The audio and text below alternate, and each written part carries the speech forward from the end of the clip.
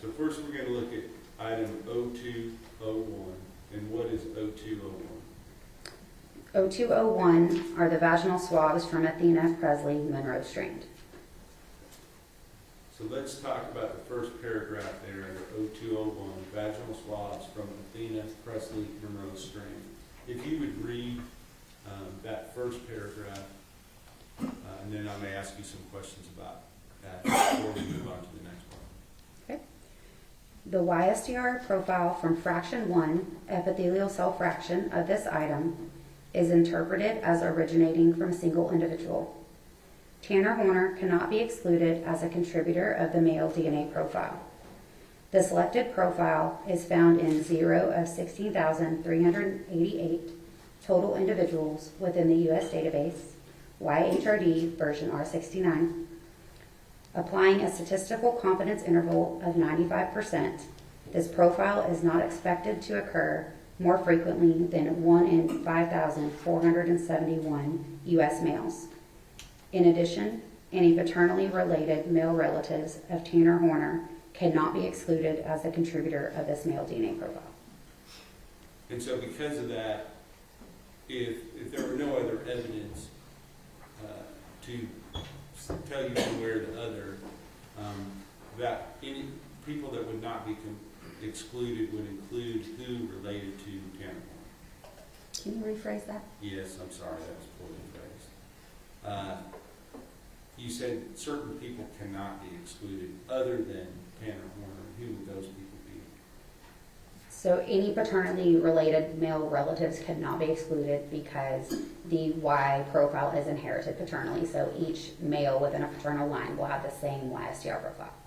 And that would include who within his family? Son, father, uncle, grandfather, cousin, as long as they're in that paternal line. Now, a couple other things, YHRD version R69, what's that talking about? That is the database that we use. It is the Y chromosome haplotype reference database, and the version R69 is just the current version. And so, of all the people that were in that database, the 16,000 whatever, no one had this profile, correct? Correct. It was found 0 times. And so how do you do this statistical analysis from 0 of 16,000 to 1 in 5,471? To accommodate for the small sample size that is currently in the YHRD database of 16,388, a confidence interval is used to determine the maximum number of times that this profile would expect to be seen in the U.S. male population. It helps keep it from making it seem like it's maybe more rare than it is because it's 0. So with the 95% confidence interval, it is not expected to occur more frequently than 1 in 5,471 U.S. males. Can you explain what that 95% confidence interval means? The 95% confidence interval is just that we are 95% confident that that profile wouldn't, the maximum times you would see it would be 1 in 5,471. And it's at the lower end of that confidence interval to make sure that we are being the most conservative in our reporting. Understood. Okay, so talks about from fraction 1, and then the second paragraph we're about to talk about, so it talks about fraction 2. What are those fractions? During the first step of the process, I believe y'all may have already talked about this, but it's the extraction process. This is where we remove any possible DNA from the substrate that is on, such as a piece of cloth or a swab. And for samples where there could be possible semen present, we do a type of extraction called a differential extraction. This just allows us to essentially try to remove any possible DNA from sperm cells from any other DNA that may be in the sample. And as I spoke of previously, right, with some of those samples from orifices, they can have a lot of the individual's DNA whom it's from. And so that also allows us to try to separate out and get better interpretable profiles. So let's go on to the first fraction was epithelial cell fraction. What is epithelial cells? It can be any cell that is not a possible sperm cell. Okay. So let's go on to the second paragraph, and I think that spans both pages, so I'll put it at the page break. So go ahead and read that second paragraph related to the vaginal swabs. The Y-STR profile from fraction 2, sperm cell fraction, of this item is interpreted as originating from a single individual. Tanner Horner cannot be excluded as a contributor of the male DNA profile. The selected profile is found in 0 of 16,388 total individuals within the U.S. database, YHRD version R69. Applying a statistical confidence interval of 95%, this profile is not expected to occur more frequently than 1 in 5,471 U.S. males. In addition, any paternally related male relatives of Tanner Horner cannot be excluded as a contributor of this male DNA profile. So is it essentially the same finding on both fractions, that Tanner Horner cannot be excluded? Correct. Now, cannot be excluded is not necessarily saying a perfect match. That's why we have the statistics, correct? Objection, leading. Sustain, rephrase your Right. question. So I'm just trying to explain for somebody who might not understand, because it's a little tricky when you're talking about something. You know, we want to, people want to say, is it a match, right? And do you ever say it's a match? Absolutely. No. Okay, even with autosomal testing. Correct. Why do you say it as cannot be excluded? That's just the wording. With single source samples in either autosomal or Y-STR analysis, we don't call it a match, but if at any location there is information that is in the profile that is not consistent with a person being compared, they will be excluded because it can only be coming from one individual. Therefore, all of the information within the evidentiary profile needs to be consistent with the person being compared. So we don't say it's a match.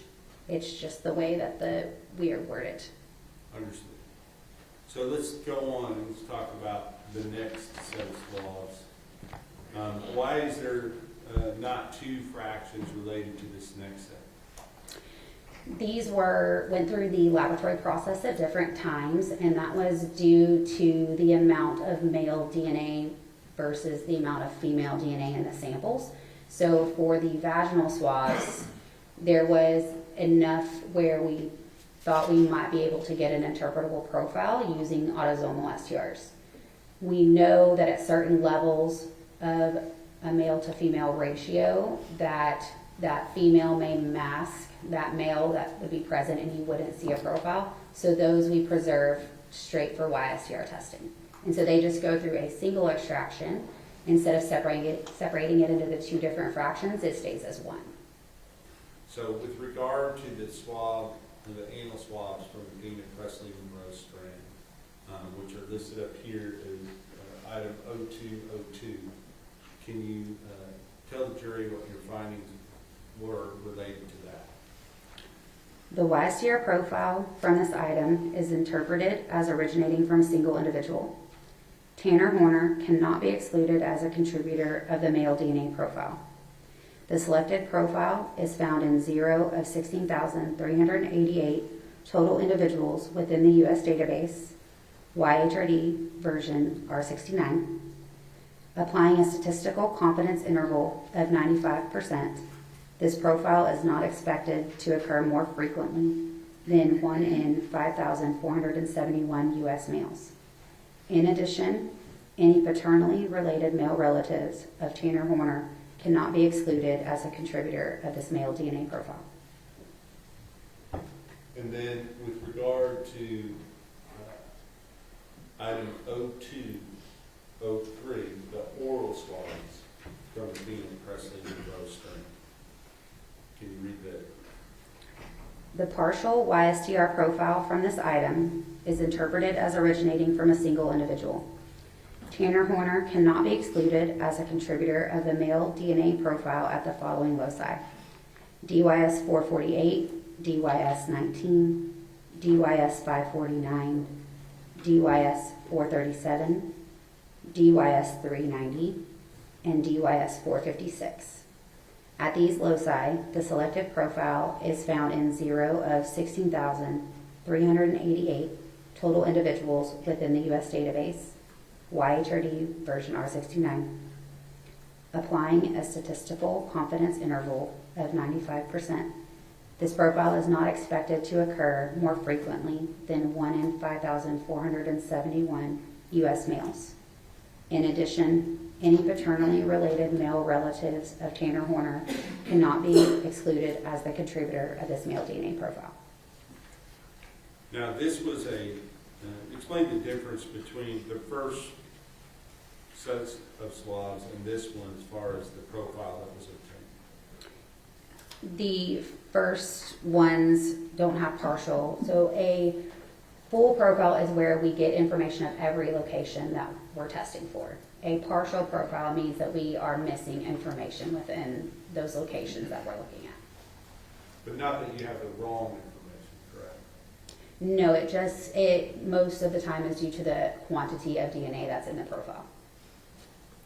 And even with the partial profile, were you able to get essentially the same statistical probability or likelihood ratio? It was the same statistic.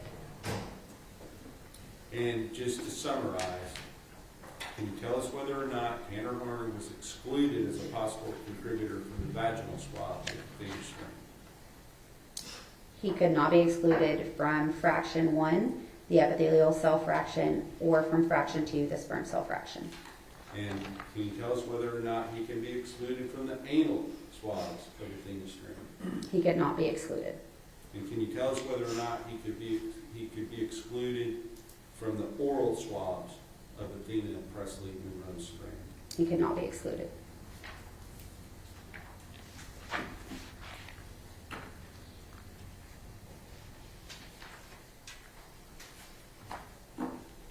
Now I want to talk to you about your other report.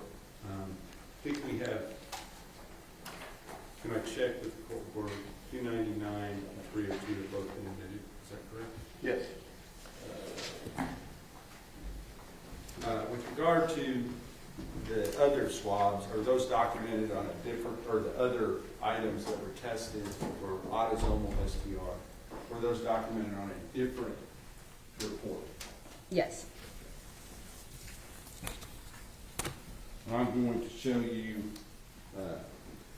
State's Exhibit number 301 and ask you to recognize that.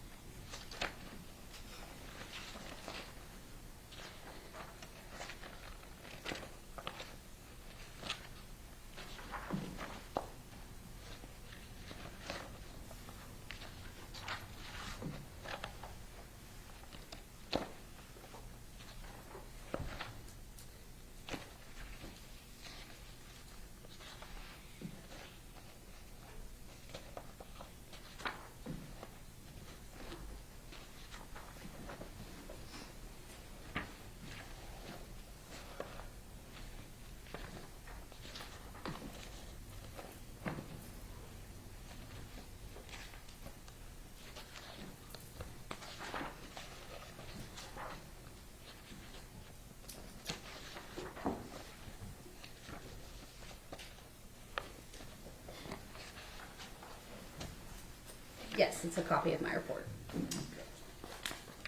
And does that document the findings that you made related to the items that were tested for autosomal STR? Mine and Elizabeth C. Strunk's. Okay. And her, before I offer it, explain what she did as opposed to what you did for this report. Elizabeth C. Strunk cut the samples. Once they were chosen to be sent forward for the DNA analysis process, she cut them and got them ready for that process. She also, from I believe 2 of the items, collected apparent trace evidence, which could be hairs or fibers from inside of some of the baggies that we store them in. And so that's documented on here.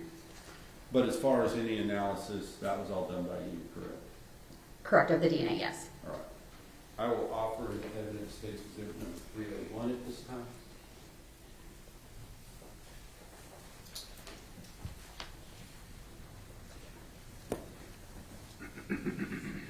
No objection. States Exhibit 301 is admitted. And may I publish it? Yes, sir.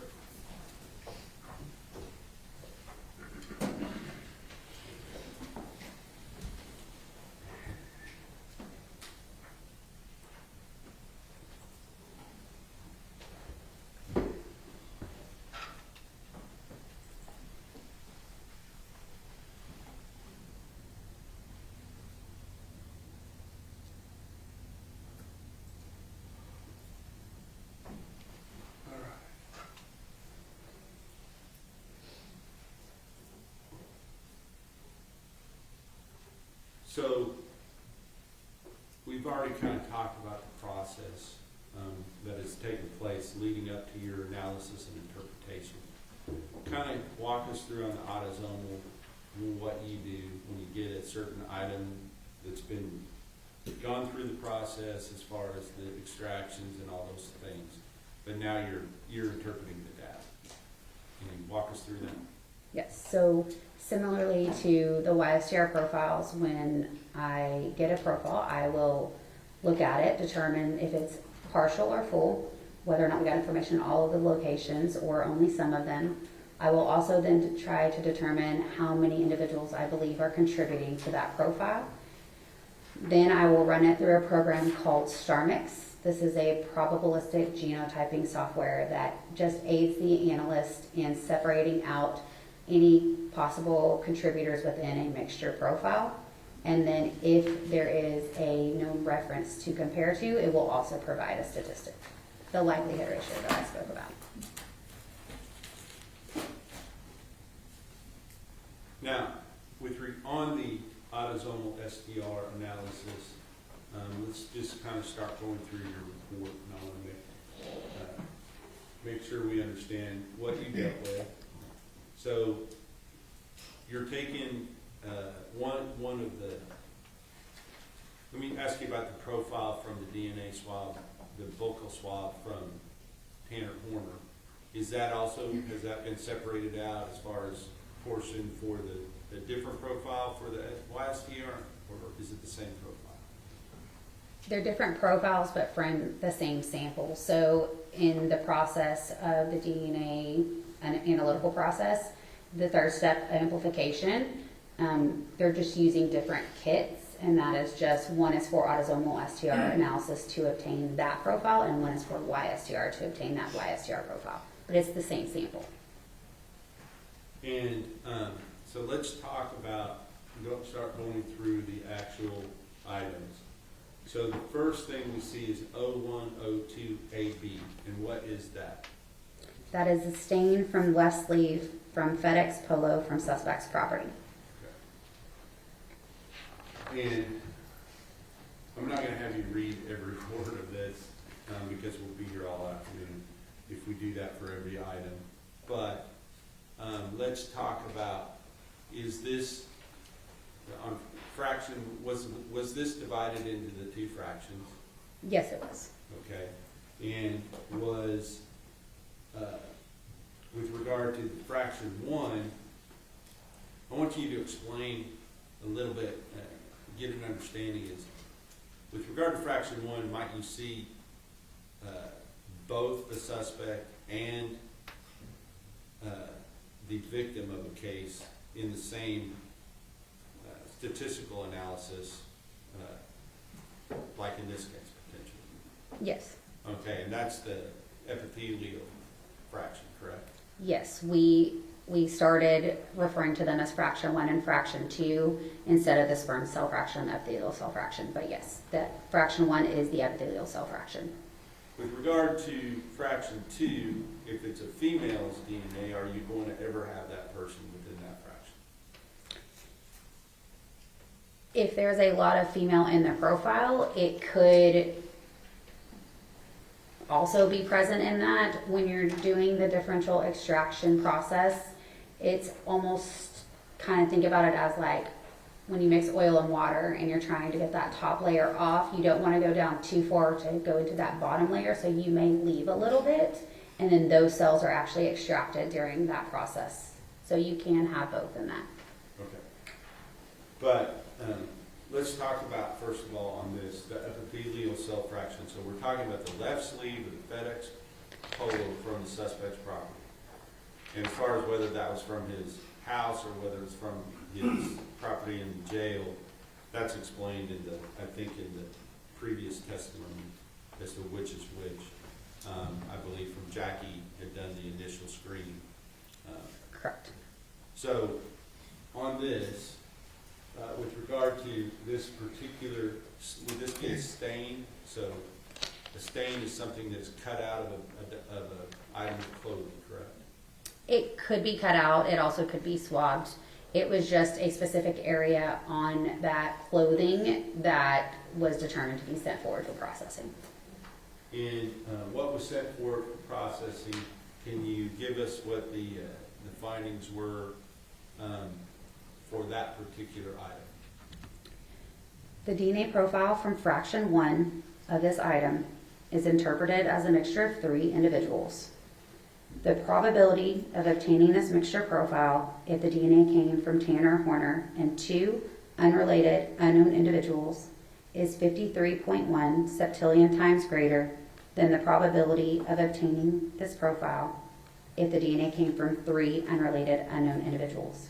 Okay, stop there for a second. So in this part of the statistical analysis, you're just determining whether Tanner Horner can be excluded, is that right? Correct. Every known reference that we have is compared to every evidentiary profile to determine whether or not they could be included or excluded. So then you next look at whether or not the victim can be excluded, is that correct? Correct. Objection leading, Your Honor. Sustained, don't read your witness. Apologize, Your Honor. What were your findings with relation to the victim as far as whether or not she could be excluded? The probability of obtaining this mixture profile if the DNA came from Athena Strand and 2 unrelated unknown individuals is 951 trillion times greater than the probability of obtaining this profile if the DNA came from 3 unrelated unknown individuals.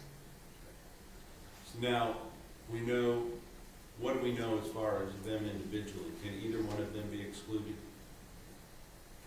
So those likelihood ratios, they are an inclusionary likelihood ratio. Okay. So both of them are included, is what you're saying? Correct. All right. So now, when you put them both together, do you do another statistical analysis as to what the likelihood is that they both are contributors?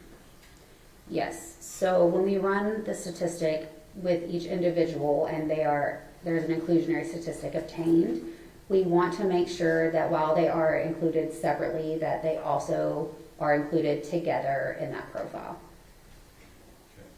Okay. And what was the likelihood with regard to both of them being included in the profile?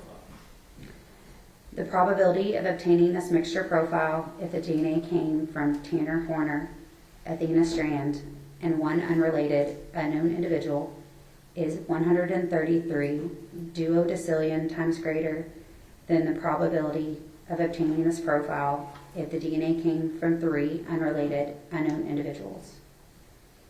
These likelihood ratios indicate very strong support for the propositions that Tanner Horner and Athena Strand are both contributors of the profile. And at the end of State's Exhibit number 301, do you have some graphs that show the different likelihood ratios and what the propositions that come from them and the numbers related to that? There is a chart, and that's it tells what the likelihood ratio number is And then the verbal scale, that was the addition, and how much support that likelihood ratio is actually given to that hypothesis. And what does it have to be in order for it to be listed as very strong support? That would be a likelihood ratio of 1 million or more. Okay, and in this case, I believe you stated it was 133 duodecillion times, correct? For the co-contributor statement, yes. For both of them being contributors, Correct. as opposed to 300 later. Is that right? Correct. So, with that, can you kind of give us a frame reference for what duodecillion means? Because that's not a number I think a lot of us use. No, so a duodecillion is a 1 with 39 zeros. A billion is a 1 with 9 zeros. A trillion is a 1 with 12 zeros. So it kind of, those are numbers that you may be able to grasp. So, and we're going to go down through, kind of use that as a framework with which to discuss the other statistical findings from the different stains. So there is, the next item is 0102AB. Is that another stain from the same shirt? Yes.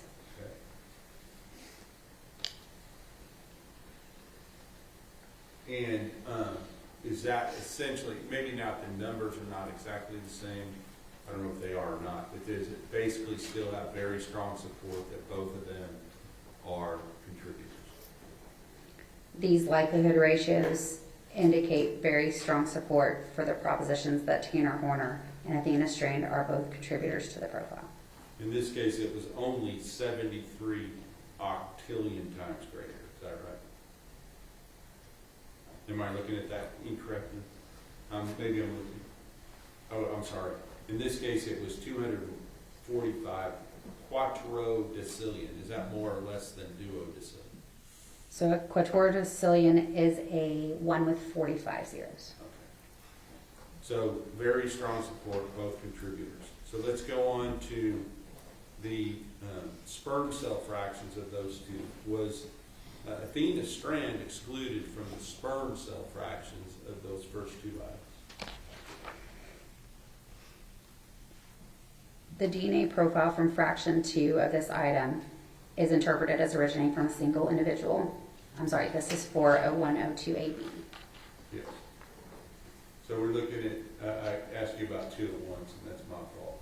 But 0102AB, let's talk about that first. The DNA profile from fraction 2 of this item is interpreted as originating from a single individual. The probability of obtaining this profile, if the DNA came from Tanner Horner, is 112 septillion times greater than the probability of obtaining the profile if the DNA came from an unrelated, unknown individual. This likelihood ratio indicates very strong support for the proposition that Tanner Horner is a contributor of the profile. Athena Strand is excluded as a contributor of this profile. And I guess the reason I was asking about the female DNA earlier is you have one fraction of the same swabbing or material that is sent forward. One she's included, one she's excluded. Give us kind of the reasoning for that. You understand what I'm saying? You got the epithelial section, you got the sperm cells fraction. One she's strong, very strong support, she's one of the contributors, versus the other she's excluded. Correct.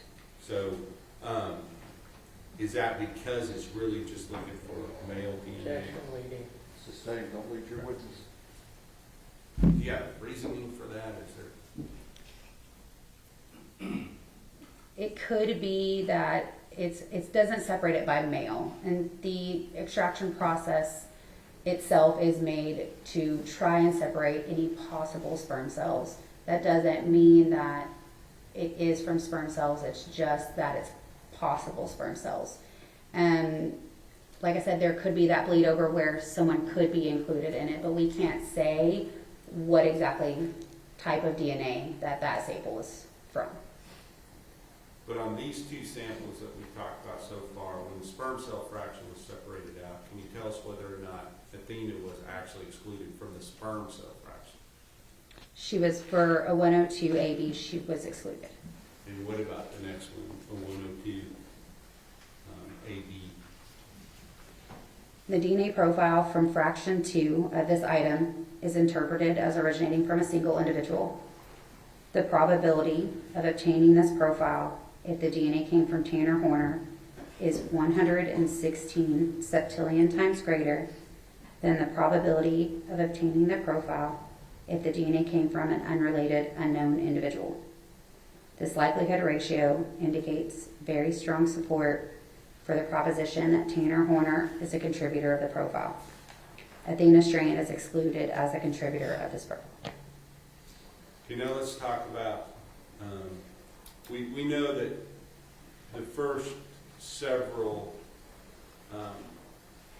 swabs or cuttings that were sent forward were from the FedEx Polo from the suspect's property, correct? Correct. So that would include 102 AB, AD, AE, AF, and AG, and a H and AI as well, correct? Correct. And were those similar findings on the others as what we've already described? I mean, I don't want to go, maybe I won't ask you to compare because I know you got to read the whole thing if I did. Correct. So what I'm going to do is just say those come from the same item of clothing. So essentially the results that we've already received kind of give us the information we may want to know about that particular clothing item. Your Honor, objection, I lady. was gonna say, is there a question? I'm just, okay, let me move on. Please do, let's move on. Let's move on from the polo shirt. Now let's talk about the swabbing of the stain from the inside of the gray sweatshirt from the suspect's property. Okay. What were the findings related to that item on the autosomal STR? For a 103 AA, Is that one? Some of these, I don't necessarily. If there's not findings that connect above the two, I'm going to skip over those. Is that one? If it comes from, if an item of clothing comes from a specific individual, can you tell us whether or not what your expectations would be as far as finding that particular individual's DNA on that particular item? I can't speak to how, if I expect DNA, but when the transfer of DNA from your skin, whether it be on clothing or something you touch, there is a possibility that there is transfer of your DNA, so it is not uncommon to find a person's profile on something that they wear.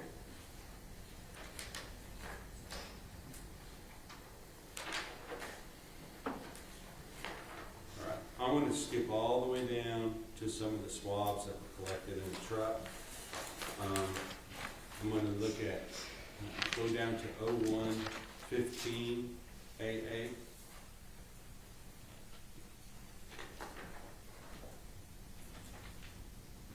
And what was that? A 115 AA is passenger side cargo door step swabs from truck. Give me just a second to get there.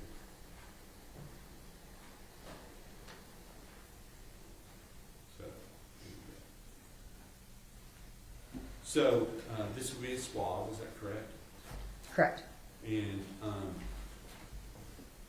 can you give us the findings for that particular swab from the passenger side cargo door step from the truck? The DNA profile from this item is interpreted as a mixture of 3 individuals. The probability of obtaining this mixture profile if the DNA came from Tanner Horner and 2 unrelated unknown individuals is 894 quintillion times greater than the probability of obtaining this profile if the DNA came from 3 unrelated unknown individuals. This likelihood ratio indicates very strong support for the proposition that Tanner Horner is a contributor to the profile. The probability of obtaining this mixture profile if the DNA came from Athena Strand and 2 unrelated unknown individuals is 8,640 times greater than the probability of obtaining this profile if the DNA came from 3 unrelated unknown individuals. This likelihood ratio indicates moderate support for the proposition that Athena Strand is a contributor to the profile. The probability of obtaining this mixture profile if the DNA came from Tanner Horner, Athena Strand, and 1 unrelated unknown individual is 17 octillion times greater than the probability of obtaining this profile if the DNA came from 3 unrelated unknown individuals. This likelihood ratio indicates very strong support for the proposition that Tanner Horner and Athena Strand are both contributors to the profile. Going on down to 0115 AE, the passenger side wheel well. Can you read that as well? The DNA profile from this item is interpreted as a mixture of 3 individuals. The probability of obtaining this mixture profile if the DNA came from Tanner Horner and 2 unrelated unknown individuals is 10.5 million times greater than the probability of obtaining this profile if the DNA came from 3 unrelated unknown individuals. The probability of obtaining this mixture profile if the DNA came from Athena Strand and 2 unrelated unknown individuals is 334 trillion times greater than the probability of obtaining this profile if the DNA came from 3 unrelated unknown individuals. The probability of obtaining this mixture profile if the DNA came from Tanner Horner, Athena Strand, and 1 unrelated unknown individual is 2.59 octillion times greater than the probability of obtaining this profile if the DNA came from 3 unrelated unknown individuals. These likelihood ratios indicate very strong support for the propositions that Tanner Horner and Athena Strand are both possible contributors to the profile. Thank you, Ms. Casoda. At the time that you were working on these items and obtaining the results in your report, had the depletion items also been sent to the Bodie lab in Thornton, Virginia? Yes. Okay. In somewhat close in proximity in time, did they also come back with the results from their analysis of those items? I believe so. Okay. And may I approach your Honor? Yes.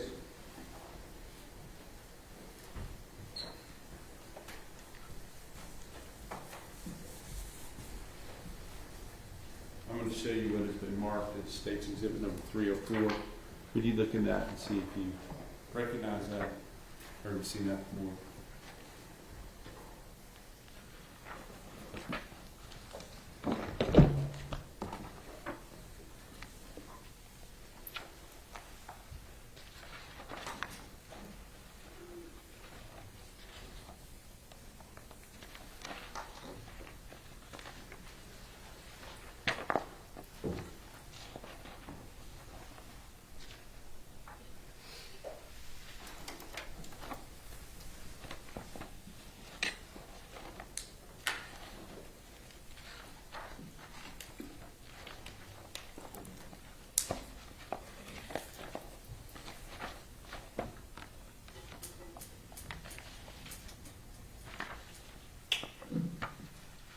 It appears to be a copy of their report.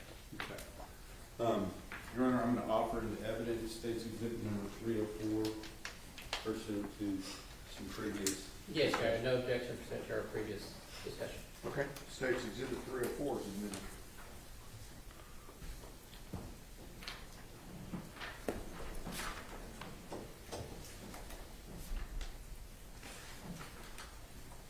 So on this report, do you have a copy of this? I do. Okay. And I'd like you to look at just two specific items, and that would be the, what was from our lab, I believe it was 0112 AB 01, the swabbing from the right hand fingernail clippings and clipper from Athena Monroe Strand, and then the next item 0102 AC 01, swabbing from the left hand fingernail clippings from Athena Monroe Strand. 0112 AC. 0112 AC 01. Is that good? Yes. All right. So if you can find those in the results, I'd like to just read their results in related to those items.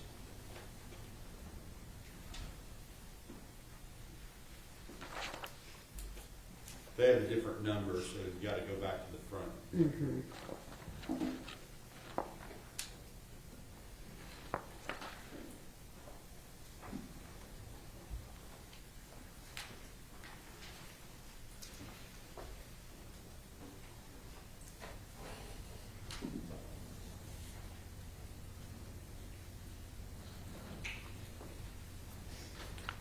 So there's some results at the beginning. Were those Y-STR or were those Autosomal STR? There was male DNA screening conclusions. Okay. I'm not worried so much about that. I want to look at page 4 on the Y-STR profile came from those items. Can you read the results on those? Their report states samples CCX2517-0764-E-05 and CCX2517-0764-E-06 were processed for DNA typing by analysis of short tandem repeat STR loci specific to the male Y chromosome, also called Y-STRs, using the PowerPlex Y23 kit. All right.